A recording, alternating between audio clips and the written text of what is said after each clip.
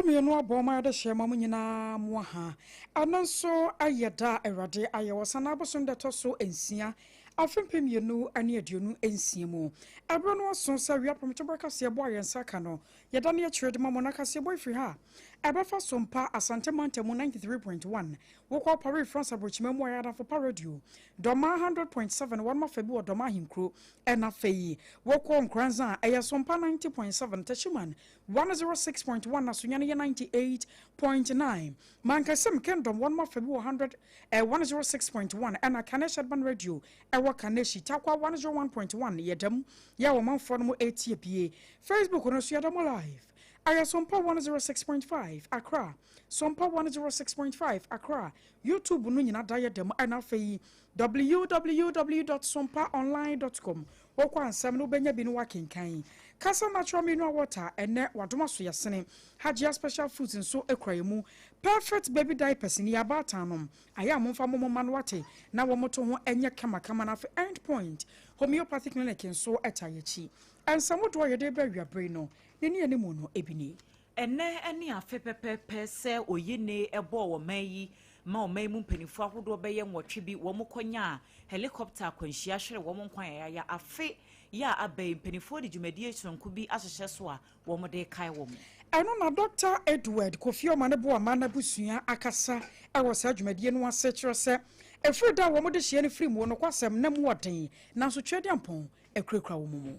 Sara so ena yede bebre wa wie se odum jadwumako no ma hyase eye ntwetwemu ekwan ye nam so ema owura Mutala Mohammed anu ono so kan krofo ya wo ma hwere wo nkwan fie eja to mu nura MPP amanyoko na te wo mo agumonten so na dadua yi se wo man no kema menka bie no de aban wei a wote akonya so ye no wo mo bonyo so kora enti wo mo ye kyere mu nsam etesei na owura denta kumi so na ekase wo kyese NPP aban foforo ya na me ya dom a wo mo ebebe no wo mo ebehwese police service no ye be ma wo magina brane na wo mo adwuma na wo mo ye no obi ya emfa ne ho emefofore mu na owo Dennis Miracles aboagenso wakasa waze se de wakasa kura do osuro sanze aban yi se ne wose ye ne nwuma na hwe a na ne kasa mu no na no akoyi ne ka amanyoko NPP wo mo eye se nyame ya dom a anka September ne de tosu edunkron wo mo de wo National Executive Conference no ebe hyehyɛ so wo matu ahyeda sanso na mpanyefo ya bambo mu nsɛm da wɔn maba mu wɔn kramanta mu diaba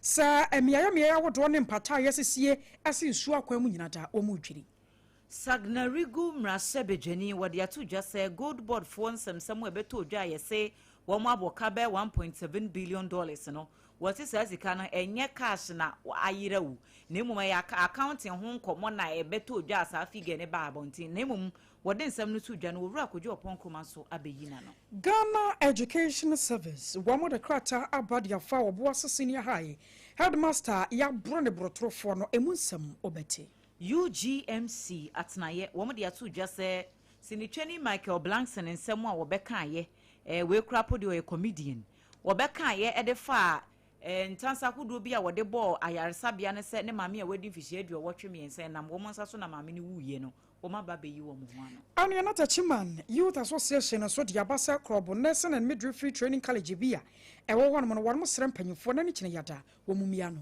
Saranso ena Koforidua Technical University wo mo ede atu dwa sɛ si ade atwetwefo no ene adesuafo no baabi a wo mo da ne ho nsɛm no akwakoye din sanse empenifo ba betu hostels ahodo mienu ya ewo empotem wasane ahonidie ho nsɛm to wo masre sempenifo enkobie na yabako Thailand ene won ma hyase adenhyehyɛ gu akwan mu sane yɛbɛya won mo sikasɛm adwadie ne akonmabɔsɛm wo no ɛbɛfa ne ntoma pa afra ne mu nsɛm obɛtewei ene nsɛm ahodo pinu wa ne aboaboa no na awie nso asonfo ba no yɛda baba so mo sa wi apɔntɔbra kasebo yɛne a yɛne mode ahyia na awie brei ɛyɛme AKOSUA AGYEIWAA kwade boaten mene ADWOA ASARE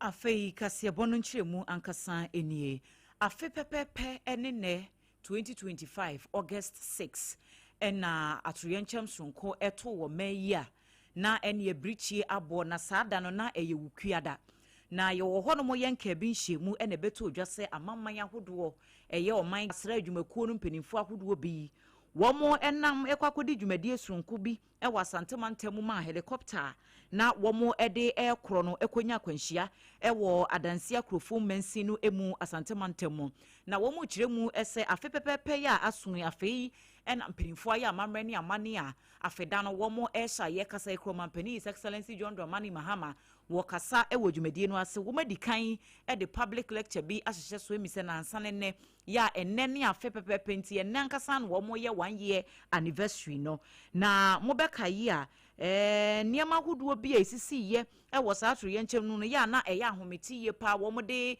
enkrofo ye mu bezisi ho na ne emu hwehwemu ni ade bepem ene kora no asam no ebi fa bi da so konkon ho ye ne black box yi kura ne ehun kro ne bankomo a epie firi mu no ye nhye dan hunu babia kwakosie ne mom se ye kai womo adwumasono ya womo beye ewo omayi emu ene womo atu ho acha womo etu si ho ede som womayi no utum se na akwakoye enkaye sonko Dr. Edward Kofi Omanebo amana wo ye defense minister afei osoafo ananka wo hye ye mpotem ahodo abefo nimde ne abode mu nyansape Dr. Ibrahim Mutala Mohammed na woka ho acting deputy national security coordinator Alhaji Muniru Mohammed eka ho kane asantemantam soafo eye Dr. Samuel Sapon ene NDC parliamentary candidate 2024 Samuel Aboaje na wo mu nyina eka ho ebie ya sare hosam no esiye na squadron leader Peter Bafemi Anala na wono so ka ho ena yewura flying officer Chum Ampedu ena de wotwa to okra eye sergeant Ernest Adomensa ya sa nipa nwotwe wo mu nyina ehwere wo mu nkwan ya enti we de nyesa ye kai Ghana fo yawo anasa abusua yawo na emom no we no ati ye kasa de dwumadie no da so ekoso ewo University of Professional Studies Accra UPS auditorium honom ya mpanifo da so a edidi mu nkomo enwumre hot bite kase bom ye giri se de beto fom ewo dwumadie no ase nyina no ye de ho amanebo eba abesom na ye free saa ensem no emu na ye mfa ye ninkyeremu ewo amanefoforo mu Ghana National Fire Service odum jadwumaku no wo machase eye nhwehwemu e de afa ejahwenhwe bi a eto ye enra ewo Kaneta Mali Central eye Owura Mutala Mohammed a wonye ne baabi ekro no na busua fie na enra ena rehosemi esi ya wo mu kyem 17 rooms ena eja no etoye mentifedo mantamu panyina wakasa edema GNFS eye ADWOA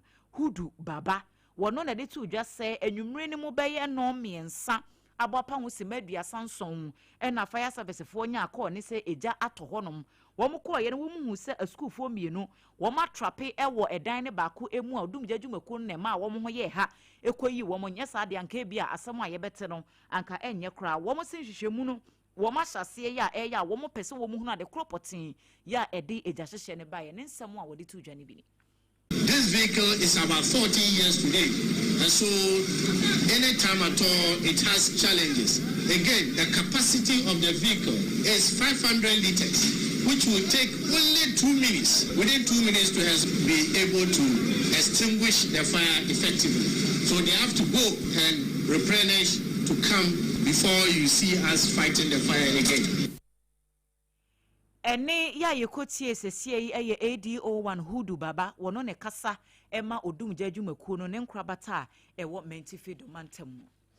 Ampanyefo se drama foso na yaka ya nom yeguso da gina ampanyefo nwotwe a ena no wasana abosom de toso ensia bi ya rehosam de ma Ghana man ma ye nyina na yabo nyenye na ye fra tuntum ne kobene na enomo no nenne sane ye de nka mo mane yesa eho ye afedi da ya ya hye ho fa ewo man yi mu nkramantamu amampanyini kura ye kasa yi wo kasa wo dwumadie no ase no aka ho bi ama Dr. Edward Kofi Omanebo ma emre bi atwamo no ye o my Ghana defense minister no na busuya ababe kasa de afa asemi ho wo mo kyerɛ sɛ ebra opanyipa ne film wono no kwasɛm ne sɛ won manfa na hogoro so kura na mu ya de ma busua no sɛ won bagye atom sɛ wo mo de hye kɔ ya wa ama na ba wa ama no kura no a enya de na mu no wo mo hyɛ da hunu ne papa bi asa wa kyenkyena yɛ sɛ nson no enti na akwa ya we hosam pa ade ama busua no na ne nyina mu no wo mo de aseda piesie ema twedi ampon se wanya wo mumuo no ko so wa hye busua ne nkran edodo wo mo kra bepem na ama busua no wɔn da so te aseɛ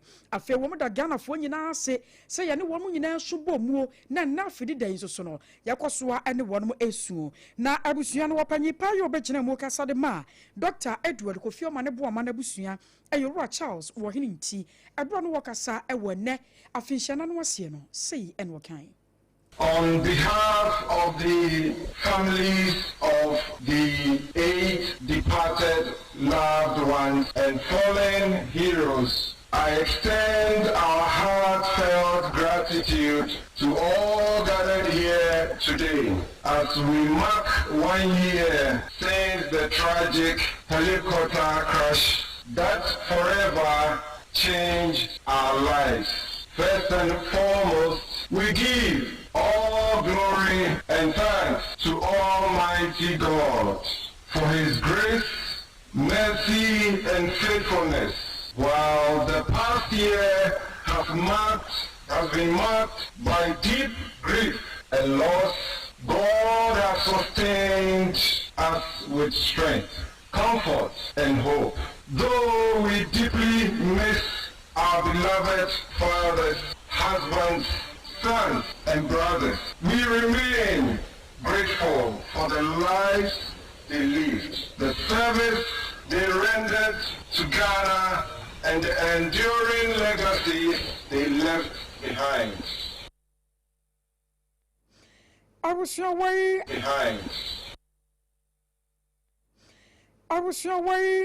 Dr. Edward Kofi Omane Boama Ghana Defense Minister. Wofiri mu ya ne nipa nso ana wɔn mo eka ne ho no ɛna yɛte sɛ na busua Owura Charles wɔ hene nti wɔgyina mu na wakasa edema busua ne di yakasa no dwumadie no gusua da ya ɛkɔsoɔ na yɛde kai empanyimfo yi wɔn modern bɔ dwumadie sonko wɔn ba bedi ye ɛne sɛ ne asɛm ne ya wɔ ne sitie na ɛhye Ghana yɛn sunu mu no saa awrɛhosɛm no ɛna ɛnɛ yɛhyɛ ho fa ɛwɔ enkramantemu na ɛnam sɛ ne ɛyɛ afinhyia na nti wo hwɛ wiem kora no a bibia kai wo sɛ ne ɛyɛ afinhyia na pɛpɛpɛ ewiem akwakwaa ne ho kusu saa ɛno awia ne ntimi mo no so nsuo ne ntimi ntɔ ɛna akwakwaa na ɛna no mu no ɛna NPP amanyɔkuo no ayɛ sɛ ewom sɛ ne yɛ afinhyia na yɛ de kai mpanyimfo nwɔtwe yɛ wɔn mafiri mu nanso wɔn pɛ sɛ wɔn kyerɛ Ghana foɔ sɛ wɔman ne kɛbi mamen kɛbi no yɛ timu no yɛ ntimu saa ɛyɛ kurakura hwenhwen ɛwɔ kɛbi mamen kɛbi no mu a wɔn ma to ne din sɛ democracy under attack kyerɛ sɛ wɔman ne kɛbi mamen kɛbi no yɛ kura hwenhwen wom yɛ ntimi mfa nyɛ adwuma sare yɛ pɛ no aban yi bɛtena akonya so no wo kasa ne sɛ yɛ bɛkye wo wo yɛ adeɛ bi a kyɛ sɛ aban hu ne sɛ wɔn no etietia wɔn no deɛ wɔyɛ no so pɛ na wɔ ba bɛkye wo a wɔn NPP amanyɔkuo no wɔn mo ntena seɛ ɛma ne nyɛ adwuma nam so nti wɔn mo te wɔn wɔ gumɔnten so a wɔn yɛ ɔyɛ kyerɛ na wɔn de atia aban no waka biribi de akyerɛ aban no sɛ deɛ wɔyɛ no ɛnya de a wɔn bɔdwo soɔ na wɔyɛ kyerɛ na wɔn mo ayɛ no ne yɛte yɛ kyerɛ sɛ wɔn de bɛkɔ na wɔn mo nante mu a akɔ wɔn Ghana mu ahyɛ badwafie wɔn firi wɔn mu a abankasie wɔn bɛkɔ na afɛ zo kora mporo wɔn Ghana yɛkɔ to baatan no so no wɔn mo akɔ hɔ no mo akɔhyɛ sɛdeɛ ɛhɔ no mo hyehyɛ sitie na wie kyerɛ wɔn de krataa ɛnso ama mpanyimfoɔ na minority leader Yero Alexander Kwame na afanyɔma aken wɔn ɛna ɛhwɛ no wadi ɛyɛ grassroots no ne supporters no wani mu na afɛ ɛhyehyɛ no nyina da ɛnɛ da dua yi wɔn mo atumi de akɔpie mu ɛwɔ mampanyin atena yɛ enti eguso da yɛ yɛde kyerɛ yɛma ne bɔni nana ɔpon kyekyeku yɛ kasa yi wɔ dwumadie no wase a ebrepam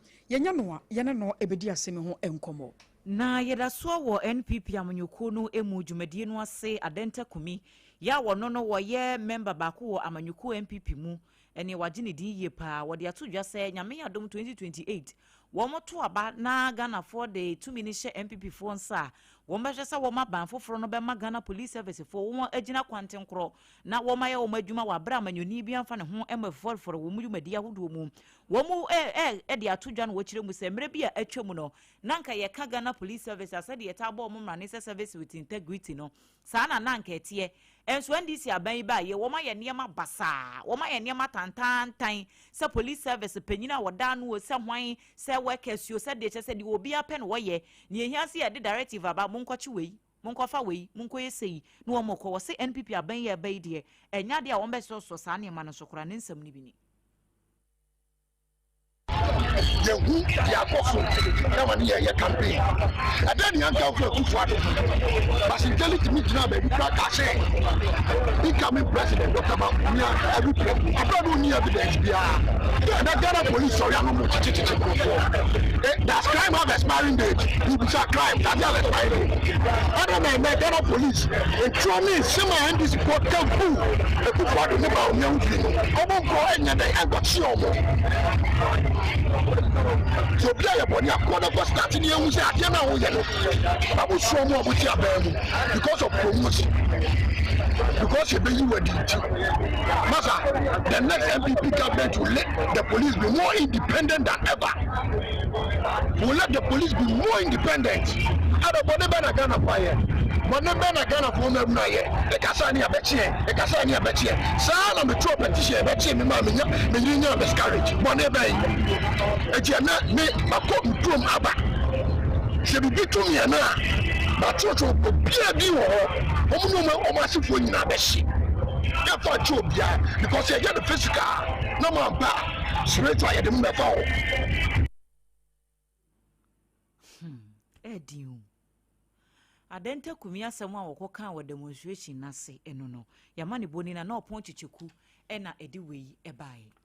AGYEIWAA AGYEIWAA ADWOA NPP amanyekuo no wanmo afem na already nis miracles abwache wapanyi wono so hweso obepre National Communications Officer diama NPP amanyekuo no wonne na no adayo companyfo kofa no no na wono so baba kasa se afepa no wate ase enyumu a enanu ada na nenamu anasa enyumu a yabonde dada se binti kura no afe no wate ase pa ndc amanyekuo betena so no ene wanya adaje tie enyum ni ye se na ekoma no wase ye nei wo kasa na wosuro ne sa no nti wonte ye wo baabi a wo na wonim se nei a wo baba kasa ahwe na no akwa nika na ndc amanyekuo ne mpanyimfo akwa no wasa asem a waka no waka de yenka ni nchini ni mekonam so nti womra meyi ne ho ano eno ne ade a ene Ghana yatimuo ye nam so nti no ama NPP amanyekuo na te wo mo akumu se wo mo ye kire ade atia ne sa no nti Ghana fo nyina yenka ye homom ne ye hwasa ne ye koso ewo mayi mu no a anam so ma ban sabi mpraduasa waka obi nka bie no sa de ne Ghana fo nyina da enkasentia.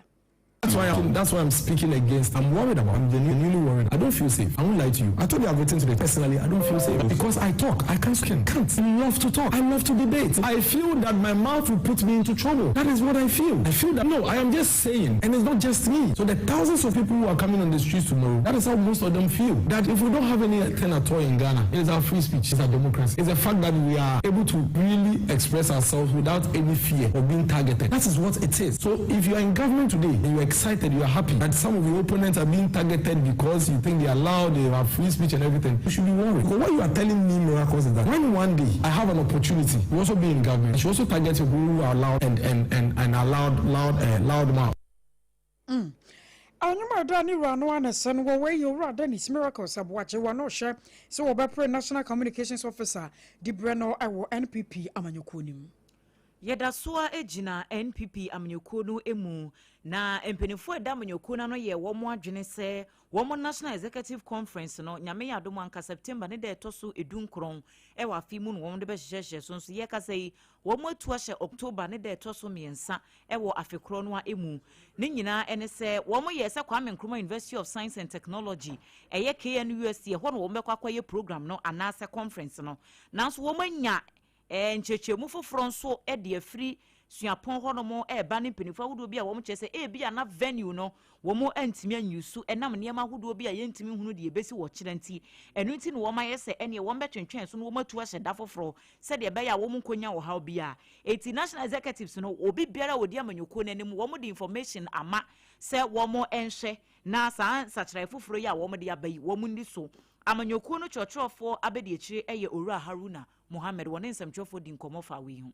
Yesterday, a release was sent out in relation to the postponement of the national elections in September, specifically on the 9th of September to the 3rd of October, due to technical challenges with respect venue and the timing in terms of the extension for the regional elections. So the steering committee of the party met and looking at the timelines with regards to the activities that is going to happen before the elections, extended the timelines for the elections for 2 weeks. from the previous date that was assigned for that particular elections. Owura Haruna Mohammed wono ena eye chochofo abedi echema NPP amnyuko ne tese wachre ne nsem ye kwa homa no so na ye ne yama ne boni na opon chicheku akwakodi nkomo amnyuko MPP demonstration ya ene womo yese as a selective justice because wo mamu se mra no edima ebimu enima ebimu eho ye kire ya ene womo de ahyehye so ne yenkodi nkomo free grounds opa otime nka memo akwaba. Hello Nana. Mami. What's me nka memo akwaba? Mejo so adwa. Yansha baby a womo de akwakoduro san ana dwumadie no eko. Leka sai de ya baba be pie mu ewo eye Rich Hospital Phantom Pona. Utimi efa chire ekoko pie mu ewo police headquarters. Ufi wonu manu akọ Jubilee House. Aha, ena ya ba de pie mu sesi ewo eye demonstration mu. Na yansha womo nsam a womo de tujwa wo de afafiri baby a womo hyase amanyoku mpanifo awodo bi edi akire ene womo issues na nkasa. Medasi adwa. Anta meko eye mpanifo a womo aba eye demonstration yi no. Medikan edit project mu se dumeko we no eye MPP ma etitafo womo msusu se aban no mu ti akuje bi omani ni ho. Ena omo eye ta afiasite we ba mameni etitafo ni bi ni nkomo ye wi a atwa na mabawura eye mpanifo tisiri wo maba womo nsem a omo de ba eba betu dwa no eho mini aba ma wo menche wa ni se me ni ni nkomo tiawa na be yen so ewo opini ya ba SOMPA 106.5 kates yeah medaso mo yen she demonstration yi fitia no pa mo je jaba tie sapi eho oh actually me jaka se demonstration we dey yes so nkupa e bi sida wushia NDC any John Mahama na memo no kwai omo faso edi echichi NDC for mo communicators na fast enyebra enti ama jebeka se NDC for the any freedom fra se say the any freedom na ukasa na ya ataki ukasa na ya ataki uti ye se ene yeah, and Ghana for a demonstration against John Mahama.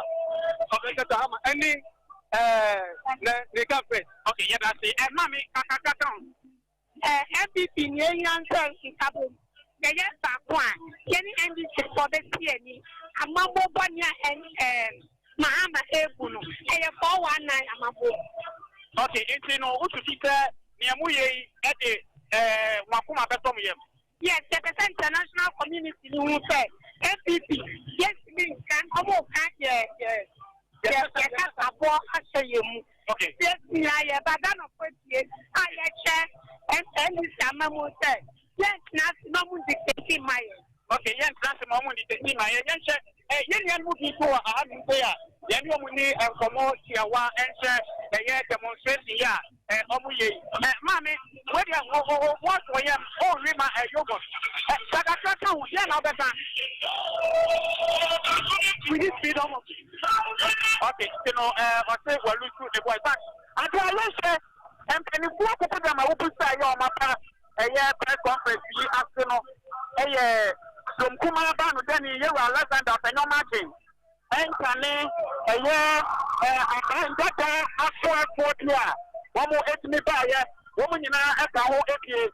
Dora, doctor, a year of boy, and what has the name doctor, ending for Mosiawa. No, whatever my SOMPA 106.5, so far, so good, no demonstration is like.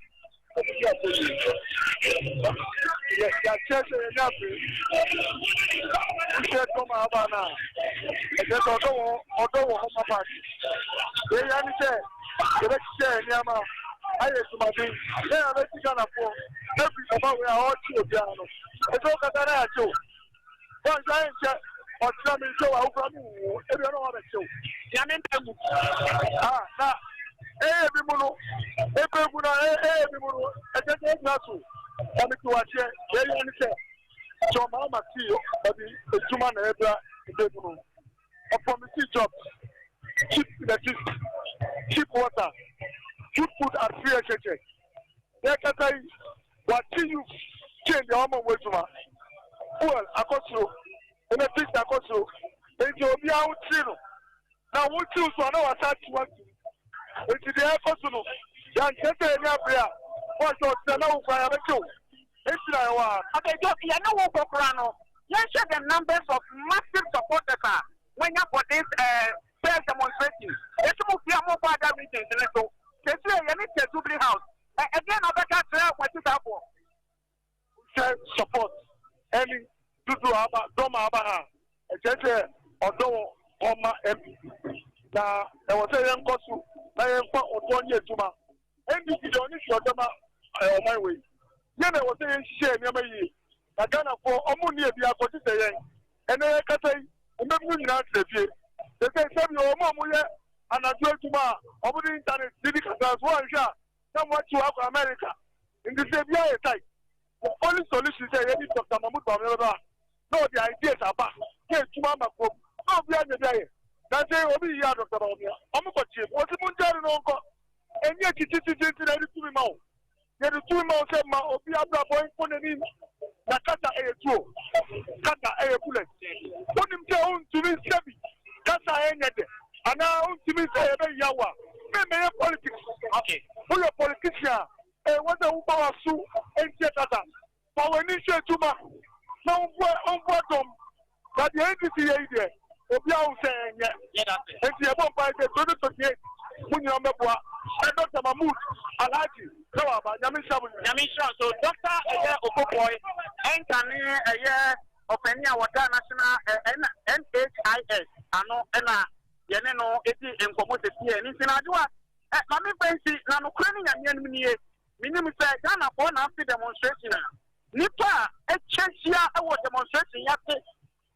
Adwa may have an income. There's a SOMPA that the young man we weigh. Apple Pim, a young Martina. So, Nanipa, a tree. And you know, and then Ankasano, after MPP Mano, almost here on Tiababet, almost how Princess almost react up and then and I'm some person can't punch react up and then they are paying you more fashion on my name. You only have to say, if you don't want 44 password, oh my idea, Papa, the show 44, don't go to the part two way, a 44 up for your whole by other Saturday. You increase of the Ebra, you increase of the Waka, you increase and watch it, any a year, Machima could be a man in Ukraine, or my treasure of my idea. It's a 44, I do, and then I want none of demonstration. Now, so what's the part about the church? I will have to say, maybe I'm taking to create them. I said, I'm not a topic at it. I'm a factory. I do a billion of them here. I'm only for Mo any Juma, Ebusia, Yamani Boni, Nana, or Pon Chichiku, and I would say, what the Yamani boy, Ephraim, and Yoku NPP demonstration, a 1 more year, Eddie Etia Banchi, and they said the attentrini, Edumanon, so one much as I bind in a home for a moa, and Marnie Dime be and Dime be Munti, a one demonstration, and our dear two Jania de Kayano, a bet was so ever hot bites Cassia Bosso. Offer your call and some fufumu. Now, Bankraman Tamuanamua. Ye one penny forward, or ya bamboo, some woman, her so woman, and the Greater Accra Regional Security Council, Rexecno. Now, one of your bar at Rosa Yamia Domuana, watch for ya babbing water. One more barber to one a mortgage pa, Asha set, Abogloshi, and in a Fafamunina, and Mia. Yes, see, a dying as in Shiaquim, and a woman more bob on Patesim Yayani Quasino, one be drilling in our Togu, now Amaquemune, a baby at that one, now a month forward to me at one. Now a brass at Mediano AKOSUA simple one common so, so one more quack or show one more so dainty, Yabum Patan, one more Sanso Quacosino. Greater Accra Regional Minister Marmelinda Oklu added to Jatra Sabino, Nania Brepa, na Enyadia said your best so be a show, Abacas over MPP, New Way. This in India, Janam on the Empataka, ye drew obia de ato agu enti wonia se wase wodi ase biaye a ensuo efa eno no se na ne kire yada wa hase se wuyi wa de afiri ho ansa na wo mkra na mutuo no won ma hyase na eno mu no ana opanyipa ya West Management wadano ewo nkran mantamu oro Solomon Noy wono ene central focus site rosa sana mutuo we baboa amakrom atumi adawe. It is actually on contract under the World Bank project, and with World Bank projects, they must see to the safeguards by making sure that the necessary compensations are paid to the affected communities and residents within the sections that are required before they can do the dredging work. Because even if they dredge, they must put the silts or the dredge materials at a buffer, which should be about 50 meters away from the banks of the river. We have to take bold steps by making sure that we protect the buffer, because no matter what we do, once the buffer is not there, you cannot do any serious dredging. But you must pour them on the buffer and make sure that we do even some landscaping to prevent further siltation in future. Abusiawai aye Ora Solomon no wano ana West Management ya wo Accra Metropolitan Assembly wadano enene anyekoti. Yeto aprem to rekase bono so ewo nsefofro emu Sagnarigu mrasebedwani eye onmonyamfo ataisa wode atu dwase nano International Monetary Fund IMF wo assessment ya wo mbeye yese Ghana domestic gold purchase jumedie ye no ekonam so ma wo man no hwiri sika som 1.7 billion ya ne nyina no eye eka setam no wo kire mu se sa aka no enye cash sika cash se 1.7 billion dollars cash ka wu eno na ye nkrata so ade bi accounting ne ye ho nkrata sem bi na IMF fo wo mo de ba ye nti magana fo ye mu nhihye wo mo sa ade ekura program yi ye de ba ye se betimi aso mani sika se ma se kakra se gold hu adwuma de ye no ane ye se na no IMF fo no wo beka chem se mo amfo mani nto gold eyi export so no mo ante enti wo kire mu se sa sika no memma wo bia adwene nya ne se bia eye cash bia yera ya hwehwe ye nhunu na wo kire mu se ensonson ye kakra da musanza wo Bank of Ghana for wo report a wo de ba ye na wo mama Ghana for nyina hunu a kire mu nhihye yakodo methods and ye mu calculations enya asem ketwa enti no se Bank of Ghana for correct me de century mu no aba adenti na obi beka se aban no ama oman Ghana hwiri sika ensem a ataisa honorable editu dwane bini. The IMF receivable process, it is not final consent because they themselves are approximating. That's the first thing. Now, the position should therefore not be reduced to just headline. Ghana lost money by buying goods, or something like, oh, the domestic gold purchase program has landed the country into more debt. We were very clear. There was some attack to stabilization. We were very clear from day one that we needed to spend this money to restore macroeconomic stability, which is enshrined in the Bank of Ghana's Act. The Bank of Ghana has two primary mandates. One is to ensure price stability, and two is to ensure macroeconomic growth and development. Government of Ghana, through the gold purchase program, delivered those two mandates.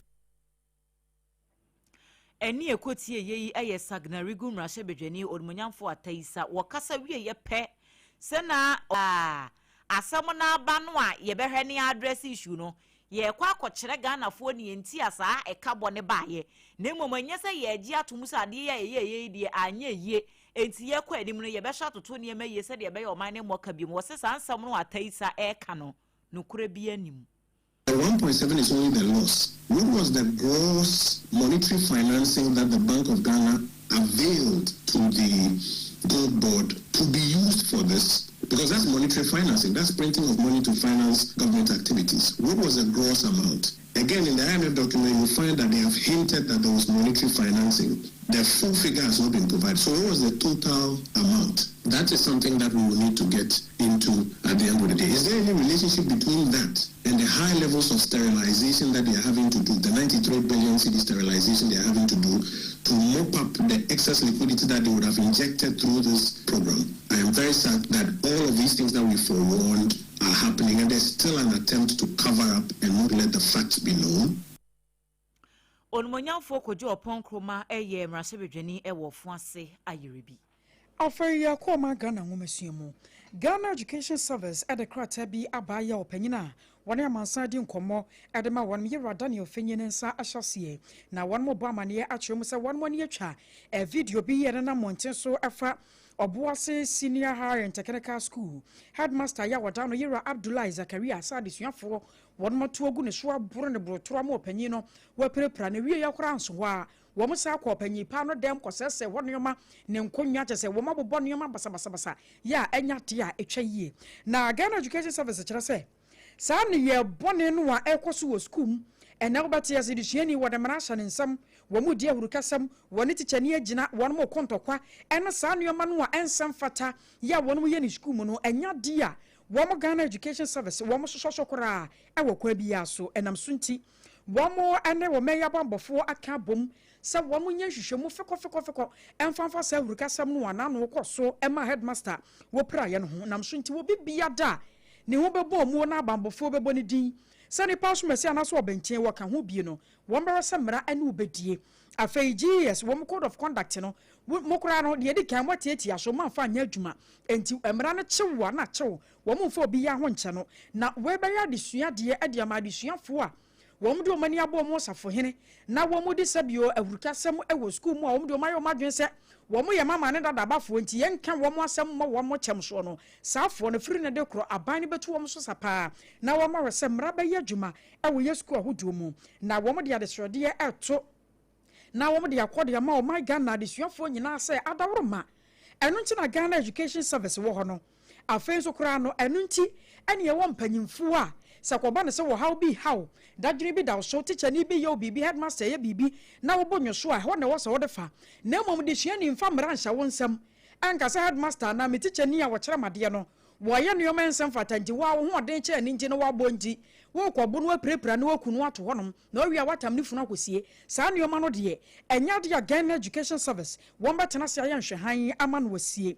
nam so nti no abatan ahwefo ene nananom ahemfo obi bia da oka bie wo nyina obi ya wase wo beboa ma oman no ngomesua no afa ne ntuma pefra na afedie fransa discipline na wo hyeso no ye betumi ye di so wo schools ahodo mu na amankoda no seye a won mo seye no eto otumi atwa no wo kyena bi sadie we ye koso no ne nsaso bi ansanso ensibiem.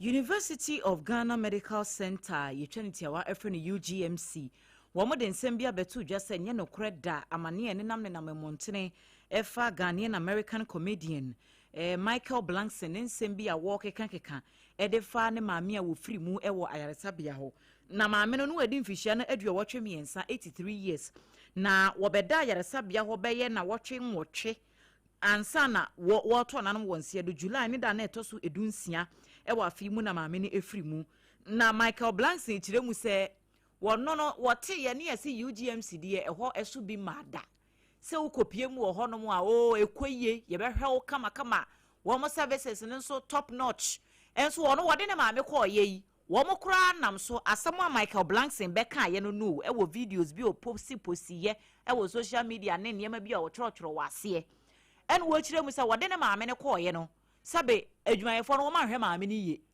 wo ma hwe ne ye diagnosis bi wo hono mu a na enye diagnosis papa se bia emfato ho se nipa no eti ne pai no a no wo ma no yafun yade aduro se ne nan na ye ne ya no wo ma no tipa yaduro enti wo gidi pase saa yi diagnosis na ankoye any treatment ahodo bi a wo mo amfa maame no ne maame no eto ananom wonse do wo se wo ko ye free se ne maame koda ho chese 1 minute bia ne afresh wo mu ntimi hu se wo mu nim so ye Michael Blankson no so wo ye Michael Blankson de na chese hye na taso scan eta ho wo mo kan ya wo de beba si hanom ya asem mo pese wo mo ka che Ghana fo nyina se enye wo mu ne kum Michael Blankson maame eye ne mre e na aso enti sa nsem no enam na do bonkrata mu amanfo so pa UGMC fo ene emu workers no wo mo besra da se munyai Abusore guso da jina ayarosabia no mu nsansam a na wokɔbu no East ayarosabia no mu nsansam a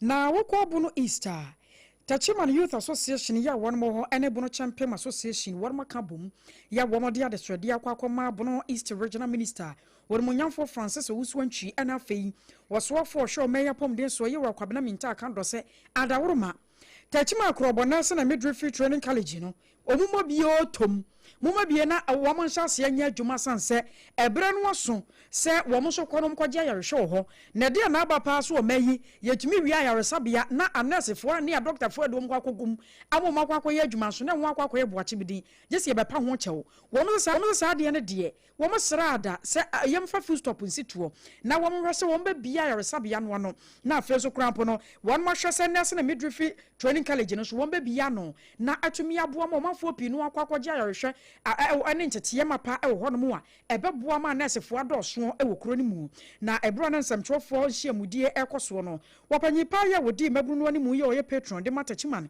youth association yera prince dua doro no afran se ogoro woro na nsamtwofo kasa ya wacho se nei amade suafo dodo no akra no atu won mo jeje mu wo me na basa sanse ne ya kasa yi wo mu ntumi hunu dapoti ya wo mbekọ se won mo kwa kwaje adesua na wachina biere wo mo so be ya nurse ne doctors e wo magana mu techima krobo nursing training wasem ni ye kanawie ye pese ye de to ya ban anim ye de to regional minister ye mayor ye nim si ye besre ba no se a school for de bempe principal so bempe ne dia ye sre regional minister no nimpo for president benyini fi ho na nkura benya kwan na bentimi ko school na nkura bentimi fa anije na honkika enko school mo se bono ye fa ye to ma ponfra ko nema e koso abeto so media ele basabasa ne bia no mani timi nkani nyina se mekani nyina pa de on se asefum se mambe we media isu kakra na on se nkura be ho aye mobo kakra ye be sre regional minister yewura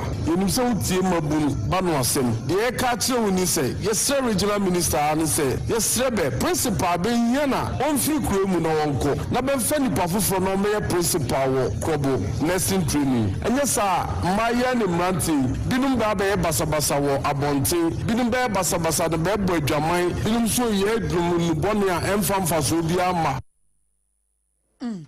na anwo no na Tachiman Youth Association President Yera Jerry Owusu anso dia de srode ato aban no anim so won basrata sanane kine yada aban no ntu anamu Yamabunu be water sherry hoyi krobo nursing training hoyi ohwa nsema be kan de be ye nyina kire say principal he wadi bani ache enti wo kra na regional minister ene mpanyimfo tu anamo ene nana krobo hene etu anamo ko campus wo na kwa he be ne nkran ko di nkomo na ohwa nkran still na be insist say be nya principal he enti so ne be ntia sitrapa ye be sere mpanyimfo madawroma ye nyina ye mabunu setachima ye ya ye ma ye nyina sese Ghana ye ko ne techima ma ye ko ba be wo Benny Baby take you over.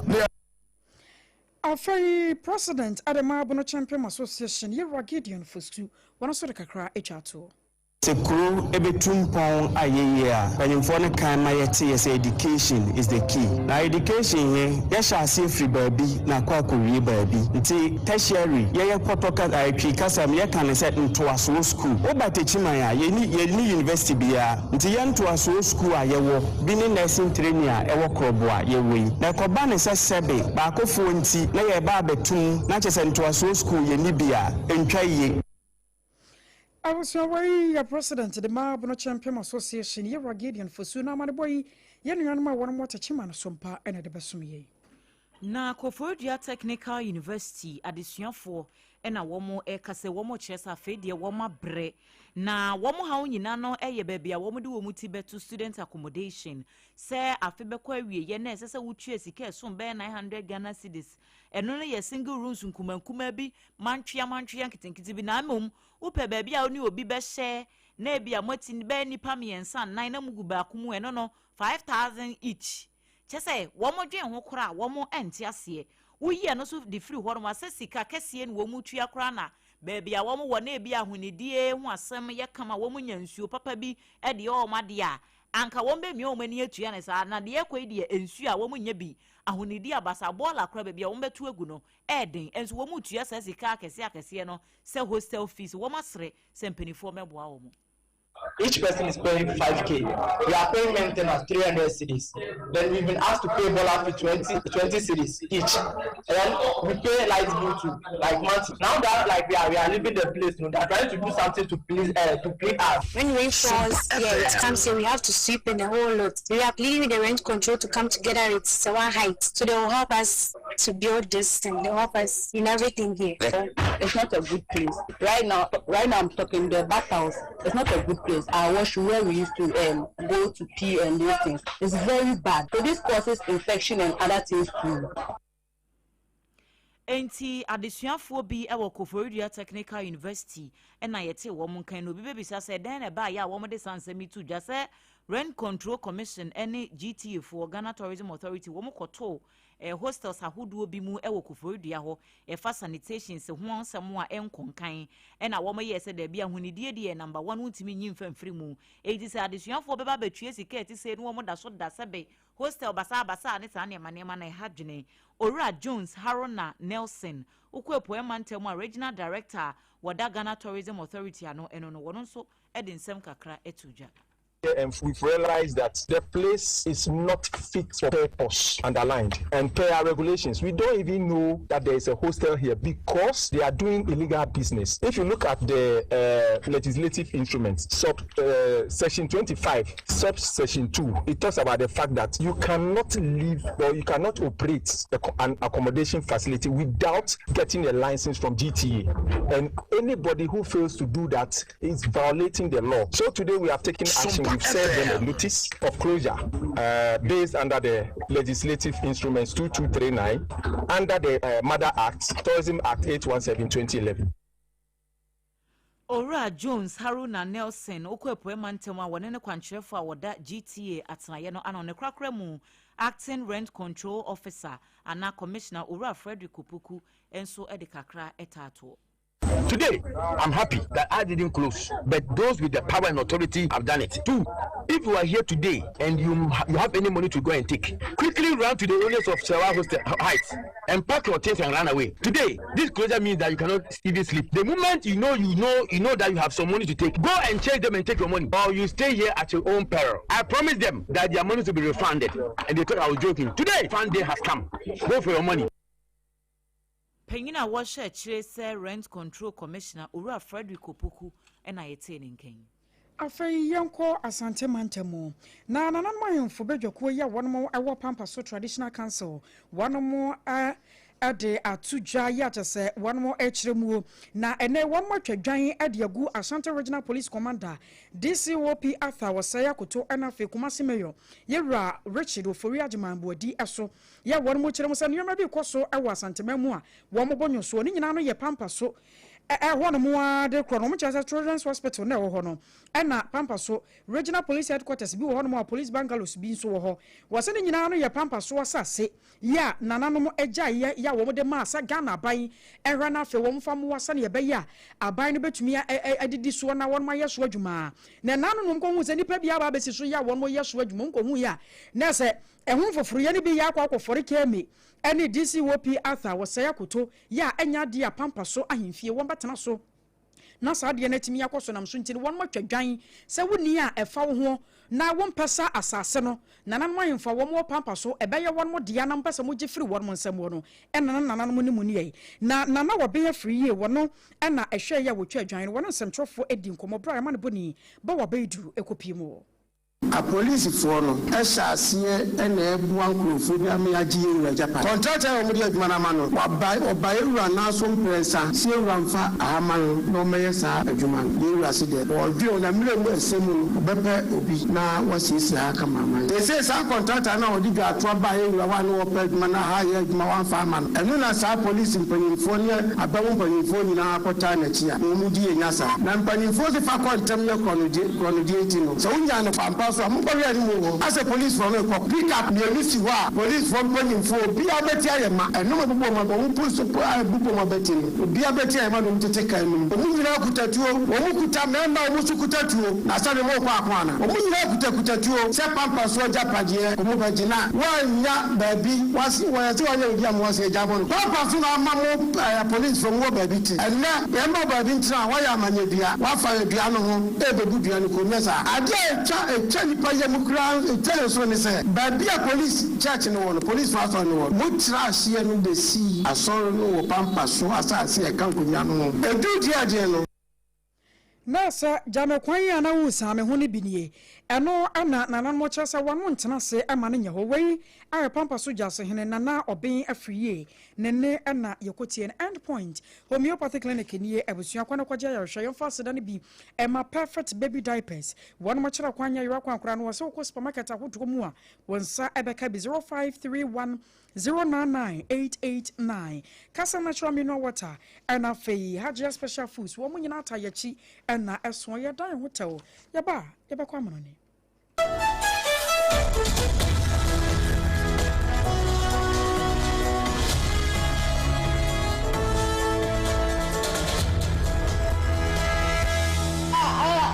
kwa Jesu why no Mr. Bremwa ayemi o na adana kodani susa no hwe ne court ne mu krafo wo de mami nyini diaper no diaper no kra de masisa me hu ne amenyempo aya diaper na hwe diaper fufura abadwa so eye perfect baby diaper make na asemi e chinsu ankasa emu ya moton na ade bo akoda na ensansa bia enwu no perfect baby diaper make ye ne Ghana haye na ebua Ghana nkwada nso ankasa ono kwa na wo kwa me ko perfect baby diaper si bia to sisi na akoda na Fred 0531 099 889 and 0303 957 965 FDA aji edwade nkratoi atum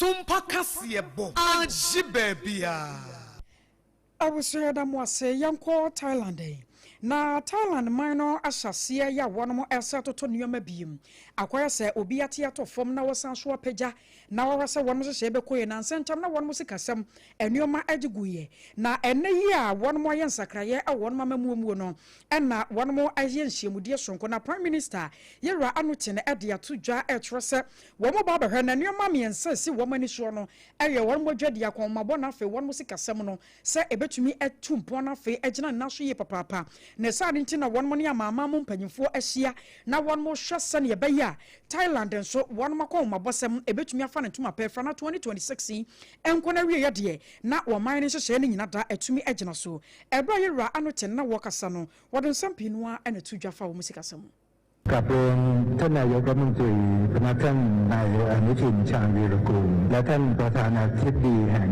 สาธารณรัฐแห่งสหภาพเมียนมาคณะท่านอูบินองลาท่านผู้มีเกียรติจากภาครัฐภาคเอกชนและมิตรทั้งจากประเทศไทยและเมียนมาทุกท่านและเป็นเกียรติและเป็นความยินดีอย่างยิ่งที่สมาคมไทยพม่าเพื่อมิตรภาพได้ร่วมกับสภาหอการค้าและอุตสาหกรรมแห่งสหภาพเมียนมาคณะกรรมการร่วมภาคเอกชน3สถาบันเครือข่ายธุรกิจห่วงโซ่อุปถัมภ์